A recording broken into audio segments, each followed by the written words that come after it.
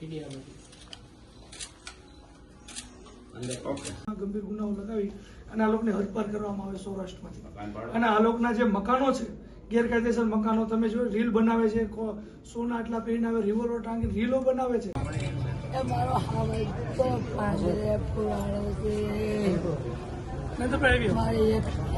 આપને ખાતરી આપું છું, તપાસ કરીશું. અધિકારી અત્યાર સુધી દલિત સમાજની મુલાકાતે પણ નથી અને ગમે ત્યાંથી અમને હાજર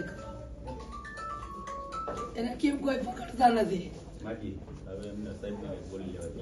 હવે એમાં સાહેબ ડીડી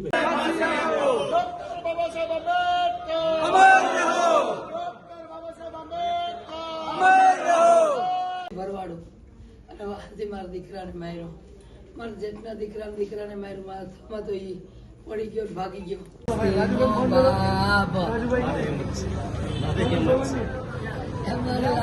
એનો બાપ